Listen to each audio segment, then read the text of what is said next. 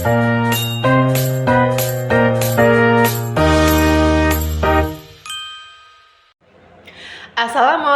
warahmatullahi wabarakatuh. Perkenalkan, saya Raisa Dias Aisyah dengan NIM 253141089 dari PGMI 2C. Kali ini saya akan membahas persoalan mengenai jawaban dari UAS Fikih. Selamat menyaksikan dan semoga kali ini bermanfaat untuk teman-teman semuanya. Nah, di pembahasan nomor 1 kali ini ada pembahasan mengenai hukum bacaan basmalah dalam sholat. Jadi, secara umum para ulama memiliki pandangan yang berbeda mengenai status dan cara membaca basmalah dalam sholat. Karena perbedaan di sini juga mengikuti cara memahami dalil Al-Quran dan hadis. Kali ini saya akan menjelaskan mengenai 3 mazhab sekaligus. Yang pertama ada Syafi'i, kemudian ada Hanafi dan Maliki. Nah, untuk mazhab Syafi'i sendiri di sini merupakan basmalah itu adalah ayat pertama dari Quran surat Al-Fatihah. Jadi karena Al-Fatihah ini merupakan rukun dalam sholat, maka membaca basmalah itu sangat diwajibkan. Dalam sholat yang dibaca keras dianjurkan dengan bacaan yang keras dan jelas, sedangkan yang dibaca pelan maka juga dianjurkan untuk dibaca pelan. Nah, kemudian untuk pembahasan mazhab Hanafi, basmalah adalah ayat yang terpisah, jadi bukan bagian dari Al-Fatihah. Begitu. Dan hukumnya adalah sunnah, dan sebaliknya jika dibaca secara pelan untuk menyelaraskan berbagai riwayat hadis. Nah, selanjutnya yakni ada mazhab Maliki, di mana basmalah ini tidak termasuk bagian Al-Fatihah, dan berdasarkan praktik penduduk Madinah, membacanya dalam sholat fardu itu dianggap makruh, jadi agar tidak mengubah bentuk rukun dalam sholat. Begitu. Nah, di sini juga terdapat pandangan umum dan praktiknya. Jadi perbedaan ini termasuk ruang ijtihad yang dibenarkan dalam Islam. Nah, sholat di belakang imam yang berbeda mazhab itu tetap sah. Agar terjaga persatuan, maka disarankan untuk mengikuti bagaimana cara imam yang ada di tempat tersebut. Dan jika imam tidak mengeraskan bacaan, cukup dibaca di dalam hati. Yang selanjutnya yakni nomor 2, di sini membahas mengenai orang yang paling layak memandikan jenazah dan ketentuan kain kafannya. Nah, di sini saya akan membahas 2 bagian penting dan akan saya bahas secara sekaligus. Nah, di sini terdapat orang yang memandikan dan juga terdapat lapisan kain kafan. Nah, orang yang memandikan di sini pun juga dikategorikan ada yang jenis kelamin dan terdapat kekerabatan sendiri. Nah, untuk yang jenis kelamin di sini utamanya harus sesama jenis. Jadi misalkan laki-laki berarti memandikan jenazah laki-laki. Untuk yang perempuan berarti memandikan jenazah yang perempuan. Nah, pengecualian kalau suami itu boleh memandikan istrinya. Begitu juga dengan sebaliknya. Begitu. Dan paling penting di sini adalah mahram yang terdekatnya juga. Nah, kemudian untuk yang kekerabatan di sini diutamakan keluarga terdekat atau ahli waris karena dianggap paling menjaga kehormatan dan menutup aib jenazah. Begitu. Nah, untuk yang selanjutnya di sini ada lapisan pada kain kafan. Nah, jadi untuk lapisan kain kafan di sini ini juga terdapat beberapa yang harus dikategorikan sendiri dan harus kita bahas terlebih dahulu. Di sini ada 2, yakni mengenai ketentuan dan alasannya. Untuk ketentuannya di sini terdapat pada jenazah laki-laki disarankan itu 3 lapis kain, dan untuk perempuan disarankan untuk 5 lapis. Nah, untuk perempuan di sini terdiri dari kain penutup kepala, baju, kemudian terdapat sarung dan 2 lapis penutup luar.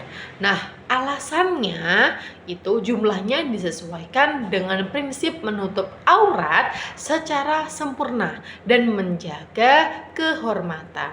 Untuk perempuan itu membutuhkan lapisan yang lebih banyak agar bentuk tubuhnya tetap tertutup dan rapat. Begitu. Nah, kali ini di sini saya akan menjelaskan untuk materi selanjutnya, yaitu yang ketiga itu mengenai syarat wajib zakat mal. Ini sudah sering sekali teman-teman jumpai apa sih zakat mal gitu ya. Nah, di sini zakat harta itu tidak wajib dibayarkan kecuali memenuhi 4 syarat umum. Nah, di sini terdapat al-milkah at-tamamah, dan yang kedua di sini terdapat an-nama, dan yang ketiga di sini juga terdapat nisab, dan yang keempat di sini terdapat haul. Nah, untuk yang pertama di sini ada al-milkah at-tamamah. Ini merupakan harta itu dimiliki secara sah dan penuh bebas dari hutang atau hak orang lain. Dan yang kedua di sini ada an-nama. Harta itu memiliki potensi berkembang atau mendatangkan manfaat seperti hasil usaha, kemudian pertanian, dan ada juga hubungan begitu. Nah, di sini yang ketiga itu terdapat nisab. Nah, jadi kalau nisab di sini bisa dikatakan nilai harta itu telah mencapai batas minimal yang diterapkan syariat. Jadi, jika di bawah batas ini belum wajib untuk berzakat begitu. Nah, untuk yang keempat di sini ada haul. Nah, haul di sini merupakan harta tersebut telah dimiliki secara terus-menerus. Nah, selama 1 tahun itu penuh. Jadi untuk menurut perhitungan pada kalender Hijriah begitu. Nah, di sini selanjutnya terdapat ada nomor 4, yaitu pembahasannya mengenai syarat wajib haji. Nah, untuk syarat wajib haji di sini sendiri ini menjadi kewajiban bagi orang yang memenuhi syarat tersebut. Jadi ketika kita berhaji, kita di sini juga memiliki syarat-syarat tersendiri. Nah, yang pertama di sini terdapat Islam. Ya, Islam itu sudah diwajibkan sekali untuk bisa mengikuti haji bagi yang mampu ya. Tapi di sini beragama Islam itu karena ibadah itu kan sahnya kan ketika kita beragama Islam. Jadi kalau misalnya kita tidak beragama Islam, berarti kita tidak sah. Itu bagi non muslim. Begitu. Nah, untuk yang kedua di sini terdapat balik. Jadi ketika kita sudah dewasa menurut ketentuan syariat, begitu, itu boleh melaksanakan ibadah haji. Nah, untuk yang ketiga di sini terdapat yang berakal, memiliki akal yang sehat, kemudian tidak gila atau hilang kesadaran. Nah, untuk yang keempat di sini ada yang merdeka. Maksud yang merdeka di sini adalah tidak dalam keadaan terbelenggu atau diperbudak. Jadi dalam konteks modernnya mungkin seperti semua orang dianggap merdeka begitu ya. Nah, untuk yang kelima di sini ada istitoah. Jadi istitoah ini mampu secara lahir dan batin gitu. Jadi artinya memiliki biaya yang lebih dan cukup untuk perjalanan dan untuk nafkah keluarga gitu ya. Yang sekiranya ada keluarga yang ditinggalkan begitu. Nah, kemudian juga sehat jasmaninya serta perjalanannya itu aman dari gangguan gitu. Nah, kemudian pada pembahasan akhir yakni nomor 5, di sini kita bahas mengenai metodologi fatwa MUI dan kedudukannya. Nah, di sini terdapat 2 pembahasan yang akan saya bahas sekaligus juga. Di sini terdapat 3 metode utama. Nah, di sini metodenya itu ada metode tarjih, kemudian ada metode ilhaqi, dan juga terdapat metode ijtihad insya'i. Nah, di sini saya akan membahas mengenai metode tarjih terlebih dahulu. Jadi metode tarjih di sini merupakan mengkaji berbagai pendapat ulama mazhab. Jadi mempelajari pendapat ulama mazhab itu seperti apa. Nah, lalu memilih satu yang paling kuat dalilnya, dan kemudian di sini mereka menyesuaikan dengan kondisi masyarakat saat ini. Nah, untuk yang metode ilhaqi di sini digunakan untuk masalah baru. Jadi untuk mengatasi masalah yang baru dengan cara menyamakan hukum dengan kasus lama yang memiliki alasan hukum yang sama, begitu. Nah, untuk metode yang terakhir di sini ada metode ijtihad insyai.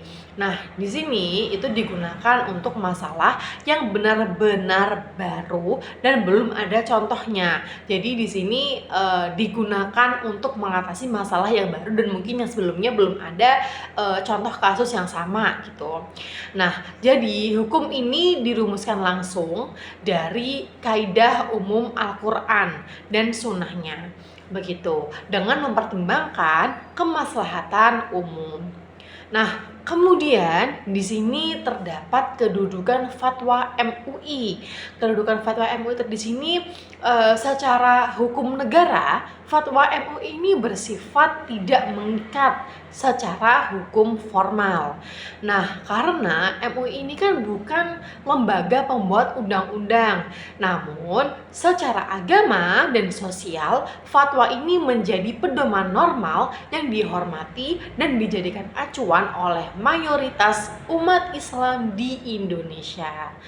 Nah, itu tadi penjelasan persoalan mengenai jawaban materi fikih UAS yang sudah saya paparkan kepada teman-teman semuanya. Semoga dengan saya memaparkan tadi dapat bermanfaat dan semoga bisa diambil hikmahnya. Cukup sekian dari saya. Bila ada salahnya saya mohon maaf. Terima kasih. Wassalamualaikum warahmatullahi wabarakatuh.